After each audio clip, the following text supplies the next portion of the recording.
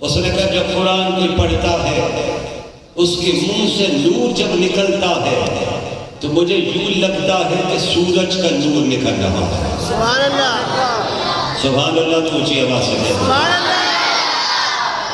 ابھی آخری حدیث بخاری شریف کی پڑھائی جائے، 2 کلمات پڑھائے جائے۔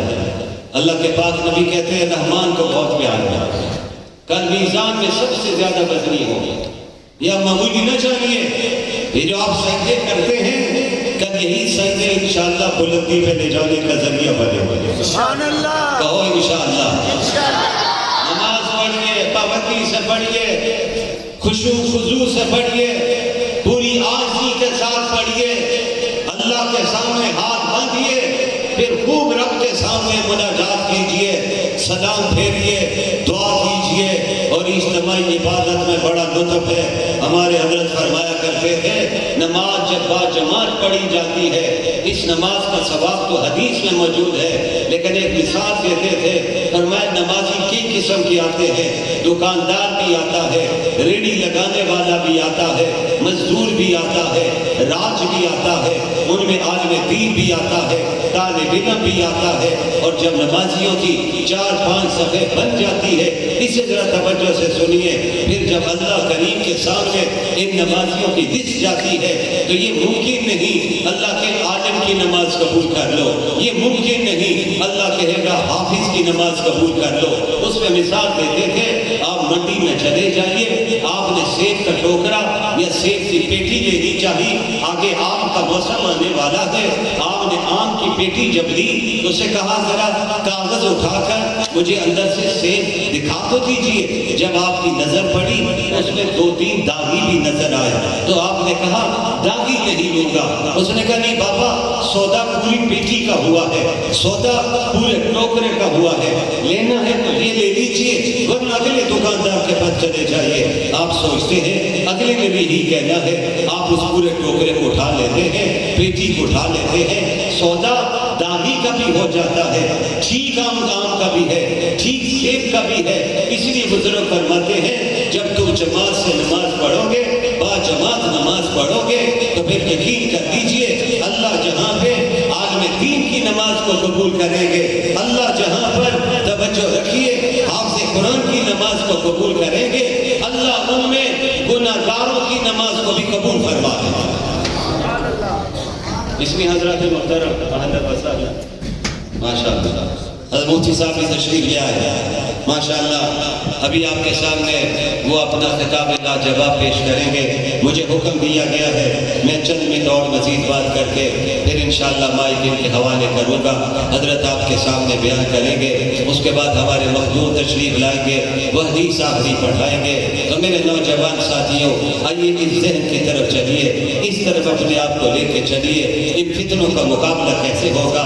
پھر اس دور میں شاہ عبدالعزیز کے مقابلے پر بھی آنے والا ایک آیا تھا، اس نے آ کر کہا تھا کہ شاہ جی آئیے فیصلہ کیسے ہوگا، حق پر کون ہے، باطل پر کون ہے، مذہب کون سا سچا ہے، کون سا مذہب سچا نہیں، اس کا فیصلہ کیسے ہوگا۔ تو شاہ جی نے فرمایا اس کا فیصلہ بھی تم ہی کر دیجئے۔ اس نے کہا شاہ جی میں اپنی کتاب لے کر آیا ہوں، آپ قرآن مجید کو لے کر آ جائیے۔ آپ کیا کریں گے؟ میں اپنی کتاب کو آگ میں پھینک دیتا ہوں، آپ قرآن مجید کو آگ میں پھینک دیجئے۔ جو کتاب جل جائے گی وہ کتاب جھوٹی ہے، وہ مذہب جھوٹا ہے، اس کے ماننے والے جھوٹے ہیں۔ قربان جاؤں شاہ جی کی نظر دور پڑی، اللہ والوں کی نظر دور پڑتی ہے، اور اللہ جب کام لینے پہ آتا ہے تو اللہ ہر دور میں مردان حق کو میدان میں کھڑا کرتا ہے۔ دشمن آتے ہیں، دین کے باغی آتے ہیں، ختم نبوت کے باغی آتے ہیں، لیکن اللہ آپ کے بزرگوں سے، آپ کے اکابر سے کام لیتے ہیں۔ میں تفصیل میں نہیں جانا چاہتا ہوں۔ شاہ جی نے فرمایا بھائی ایک بات کو توجہ سے سن، تیری مذہبی غیرت اس بات کی اجازت دیتی ہے کہ تو اپنی کتاب کو اٹھا کر آگ میں پھینک دے، میرا ایمان تو اس بات کی اجازت بھی نہیں دیتا کہ میں قرآن مجید کا الف بھی اٹھا کر آگ میں پھینک دوں۔ کہ شاہ جی پہ فیصلہ کیسے ہوگا؟ وہ اصل میں کتاب پر کیمیکل لگا کر آیا ہوا تھا جس سے آگ کا اثر کوئی نہیں ہوتا ہے۔ تو شاہ جی نے فرمایا بھائی فیصلہ ایسے ہوگا، تم اپنی کتاب اپنے سینے کے ساتھ باندھ، میں قرآن مجید اپنے سینے کے ساتھ باندھتا ہوں، آگ چلاتے ہیں اس آگ میں تو بھی چھلانگ لگا دے، میں بھی چھلانگ لگا دیتا ہوں، جو بچ جائے گا وہ سچا ہے، اس کی کتاب سچی ہے، کانپ اٹھا ہے فَبُهِتَ الَّذِي كَفَرَ، کافر پریشان ہو گیا ہے، کتاب پر تو کیمیکل لگا ہوا ہے لیکن آج اس باڈی پر تو کیمیکل کوئی نہیں لگا ہوا، کافر بھاگ گیا، کہا جی اس طرح فیصلہ تو نہیں ہوتا۔ بعد میں تلامذہ بیٹھے، علماء بیٹھے، شاگردان رشید بیٹھے، مرید بیٹھے، انہوں نے کہا شاہ جی اگر وہ تیار ہو جاتا، فرمایا تمہیں کیا ہو گیا ہے؟ کافر کبھی تیار ہو ہی نہیں سکتا، وہ آگ کے سامنے آ ہی نہیں سکتا ہے۔ ارے تم اس کے جملوں پر غور کر رہے تھے، میں قرآن پہ نظر رہا تھا، میرا رب جو حضرت ابراہیم کے لیے آگ کو گلزار بنا سکتا ہے، میرا رب جو حضرت ابراہیم کے لیے انگاروں کو پھول بنا سکتا ہے، میرا رب جب نمرود کی آگ کو حضرت ابراہیم کے لیے ٹھنڈا کر سکتا ہے، تو آج یہ کافر اگر میدان میں اترتا تو میرا رب حضرت ابراہیم کے پوتے کی دین کی صداقت کے لیے اور قرآن مجید کی صداقت کے لیے آج بھی آگ میں اتر کر بھی مجھے اس میدان میں سرگرو کر دیتا۔ اس کافر کو پتا تھا اس کی پشت پر کوئی بھی نہیں بیٹھا ہوا ہے، اور مجھے پتا تھا میری پشت پر تو رحمان بیٹھا ہوا۔ آج وہ قرآن چلا ہے، ہماری غیرت کو چیلنج کر رہے ہیں۔ آؤ مسلمانوں، ہماری مذہبی غیرت کیا ہونی چاہیے؟ اس عمل کے بعد جہاں ان کے لیے نماز کے بعد بد دعا کریں کہ اللہ ان کی نسلوں کو برباد فرما دے، آمین کہہ دو۔ دوسرا کام کریں کہ ہم باقاعدہ قرآن کی تلاوت شروع کریں، روزانہ قرآن پڑھیں، روزانہ قرآن کھولیں، ایک پارہ نہ صحیح، ایک پاؤ ہی صحیح، لیکن روزانہ پڑھے، پھر اس سے کمال پیدا ہوگا، زندگی بدلے گی، زندگی میں تبدیلی آئے گی۔ آئیے اسی تبدیلی کی طرف آج علماء کرام میدان عمل میں اترے ہوئے ہیں کہ پاکستان کو حقیقی اسلامی ریاست بنایا جا سکے۔ آج دنیا کہتی ہے ہم تبدیلی لے کر آئیں گے، کوئی تبدیلی نہیں لا سکتے ہیں۔ تبدیلی آئے گی تو اللہ کے قرآن سے آئے گی، تبدیلی آئے گی تو نبی کے نظام سے آئے گی، تبدیلی آئے گی تو خلافت راشدہ کے نظام سے آئے گی، صدیق کی صداقت سے، عمر کی عدالت سے، عثمان کی صحابت سے، علی کی شجاعت سے اس پاکستان میں تبدیلی آئے گی، اور یہ تبدیلی انشاءاللہ ثم انشاءاللہ انقلابی نظام جماعت لے کر آئے گی۔ تو آپ کی جماعت جمعیت علماء اسلام مولانا فضل الرحمان کی قیادت میں لے کر انشاءاللہ۔ آپ تیار ہیں انشاءاللہ؟ مجاہدوں کی طرح کہیں انشاءاللہ۔ یہ قرآن اس پاکستان کا مقدر ہے، ہمارے اکابرین نے قربانیاں اسی قرآن کے لیے دی تھی، آج بھی میرے اکابر اس مشن کے لیے میدان میں کھڑے ہیں۔ انہوں نے جیلوں کی سوچوں کو برداشت کیا تھا، جیلوں کی ماروں کو برداشت کیا تھا، پھانسی کے پھندوں کو چوم کر انہوں نے اپنے گلوں میں ڈالا تھا، جزیرہ انڈمان پہنچے تھے، مالٹا کی جیل میں پہنچے تھے، اور میرے نوجوان بیٹھے ہوئے ہیں، یہاں پہ سامعین بیٹھے ہوئے ہیں، انہیں صرف ایک بات سنانا چاہتا ہوں۔ مالٹا کی جیل میں جانے والے جس شیخ الہند کا ذکر حضرت مفتی صاحب کر رہے تھے، انہی کے ساتھ جانے والوں میں حکیم نصرت حسین بھی تھے، حضرت مولانا حسین گل بھی تھے، حضرت مولانا سید حسین احمد مدنی بھی تھے۔ اور رمضان جب آتا ہے تو شیخ الہند نے پوچھا تم میں کوئی قرآن کا حافظ ہے؟ جواب ملا استاد جی ہم قرآن نہیں یاد کر سکے ہیں۔ فرمایا تو پھر اس مرتبہ تو قرآن سننے سے محروم ہو جائیں گے۔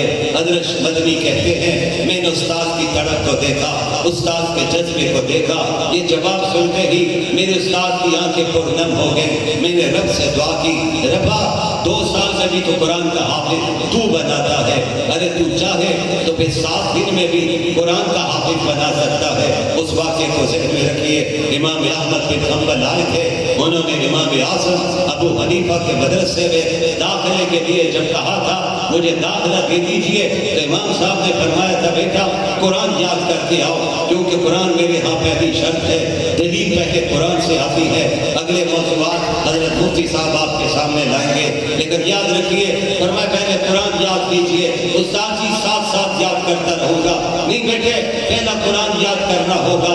7 دن گزارے، 8ویں دن امام صاحب کے پاس پہنچے، لیکن نکلتے ایک جملہ فرما دیا، استاد جی آپ میرے لیے دعا کر دیجئے نا، آپ میرے استاد ہیں، یہاں بیٹھے ہوئے ہیں، علماء کے استاد ہیں، اتقیاء کے استاد ہیں، ابرار کے استاد ہیں، آپ دعا فرما دیجئے۔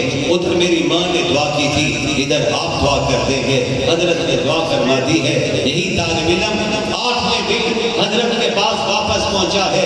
8ویں دن توجہ سنیے جملے کو، اور کہا بیٹا آج کیسے آگے؟ کہ استاد جی قرآن کی 7 منزلیں ہیں، اللہ نے میری ماں کی دعا کو سنا، آپ کی دعا کو سنا، مجھے روزانہ اللہ نے ایک منزل یاد کروائی ہے، میں نے 7 دن میں اللہ کا پورا قرآن یاد کر دیا۔ سبحان اللہ۔ تعجب نہ کیجئے آج ہمیں سورہ اخلاص یاد نہیں ہوتی، کیبنٹ میں بیٹھا ہوا وزیر سورہ اخلاص نہیں پڑھ سکتا ہے، پھر کہتے ہم یہاں پہ اسلامی سوشلزم لے کر آئیں گے، ہم پاکستان کی تقدیر بدلیں گے۔ ارے تقدیر اس طرح نہیں بدلا کرتی ہے، تقدیر کے لیے انقلابی جماعت چاہیے، انقلابی نظام چاہیے، وہ انقلابی نظام جناب محمد الرسول اللہ صلی اللہ علیہ وسلم دے کر گئے ہیں۔ آج اسی انقلابی نظام کے ساتھ، اسی انقلابی دعوت کے ساتھ جڑنے کی ضرورت ہے، پھر پاکستان کی تقدیر بدلے گی۔ اور انشاءاللہ العزیز گھبرانے کی بات نہیں ہے، پریشان ہونے کی بات نہیں ہے، وقت قریب آ رہا ہے، انشاءاللہ العزیز اس پاکستان کی تقدیر بھی بدلے گی۔ لیکن یہاں پر امریکہ کا نظام نہیں آ سکتا ہے، یہاں پہ رشیا کا نظام نہیں آ سکتا ہے، یہاں پہ نظام آئے گا تو مکہ اور مدینہ کا نظام آئے گا، نظام آئے گا تو انشاءاللہ قرآن کا نظام آئے گا۔ انشاءاللہ مجاہدوں کی طرح کہو انشاءاللہ، انشاءاللہ ہاتھ لہرا کے کہو انشاءاللہ، انشاءاللہ مل کر کہہ دو انشاءاللہ۔ انشاءاللہ۔ ماں باپ سے دعائیں دیجئے، استادوں سے دعائیں دیجئے، بڑوں کا ادب کیجئے، ادب میں بڑے کمالات ہیں، دل سے جب دعا نکلتی ہے وہ اثر رکھتی ہے۔ اپنی زندگی کو بدلیے۔ آخری حدیث کو سامنے رکھ کر، بخاری شریف کی حدیث جو ہمارے مخدوم پڑھائیں گے اس کو سامنے رکھ کر اپنے آپ کو ذکر کا عادی بنائیے۔ ہر وقت زبان سے اللہ کا نام لیتے رہیے، اللہ کی یاد میں اپنے آپ کو مصروف کیجیے، درود شریف کثرت سے پڑھیے۔ بزرگوں نے بڑی پیاری بات فرمائی ہے، فرمایا جسے مدینہ جانے کا شوق ہو وہ درود شریف کثرت سے پڑھنا شروع کر دے، ادھر درود پڑھتا جائے گا، اللہ ادھر مدینہ منورہ پہنچانے کا انتظام فرما دیں گے۔ قرآن مجید روزانہ پڑھیے۔ امام الاولیاء حضرت مولانا احمد علی لاہوری نور اللہ مرکزہ آج لاہور کے میانی کے قبرستان میں مدفون ہے۔ اللہ نے کہاں سے چنا ہے، شیخ الہند کے شاگرد ہے اور یہاں پر پہنچے ہیں۔ جب یہاں پر آئے تھے تو ایک زمان بھی نہیں مل رہا تھا، اور جب جنازہ اٹھا تھا تو رمضان کے مہینے میں ان کے جنازے میں لاکھوں افراد موجود تھے۔ کہاں کہاں سے دنیا آئی تھی، عام لوگ نہیں تھے، بڑے بڑے اتقیاء آئے تھے، ابرار آئے تھے، صلحاء آئے تھے، وقت کے ولی آئے تھے۔ حضرت مولانا احمد علی لاہوری جملہ فرمایا کرتے تھے، فرمایا بھائی قرآن آپ کھول دیجئے، آپ کے وجود پر رحمتیں میرا اللہ اتار دے گا۔ قرآن گھر میں آپ پڑھ لیجئے، آپ کے گھر پر رحمت اللہ اتار دے گا۔ آپ قرآن مجید پڑھ لیجئے، آپ کی وجہ سے اللہ پوری بستی پر رحمت اتار دے گا۔ ان مدرسوں کو معمولی نہ جانیے، تہجد کے وقت کے طالب علم اٹھتے ہیں، قرآن پڑھتے ہیں، جب قرآن پڑھتے ہیں تو اللہ اپنے عذاب کو بھی ٹال دیتا ہے، رحمتوں کو اتار دیتا ہے۔ آئیے میں اور آپ بھی قرآن پڑھنے والے بن جائیں، اللہ کی قسم رب کائنات رحمت کے فیصلے کر دے گا، کرم کے فیصلے کر دے گا۔ شیخ الہند کے شاگرد حضرت مدنی کہتے ہیں، رحمہ اللہ سید زادے ہیں، حسنی حسینی ہے، فرماتے ہیں میں نے استاد کی تڑپ دیکھی، اسی تڑپ کی بنیاد پر میں نے اللہ سے دعا کی، اللہ مجھے قرآن کا حافظ بنا دے۔